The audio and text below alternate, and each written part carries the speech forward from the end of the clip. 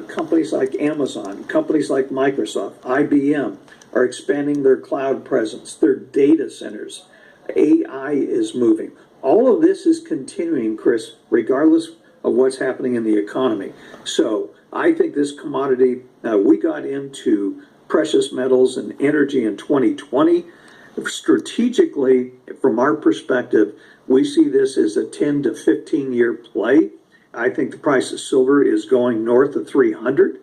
I think gold is going beyond 10,000. That sounds crazy with gold at 2,500, but we said the same thing in the year 2000 when gold was at 250. It went from 250 all the way to 1,900, and you have massive buying by central banks today.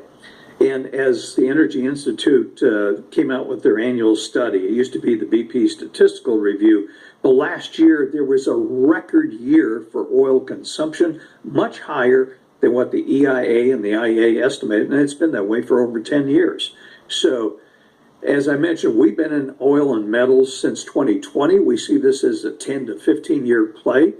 And I think you're going to see it as one of the best performing asset classes this entire decade, like it was in the 00 decade, with gold and silver outperforming as they've done this year. As I talked about, Dave, the number one performance this year has not been the stock market. It's been gold and silver. And one of the things I see in the next couple of years is a shortage of silver. You're not going to be able to get coins. If you do, you're going to pay incredible premiums to own them. And remember, folks, it just wasn't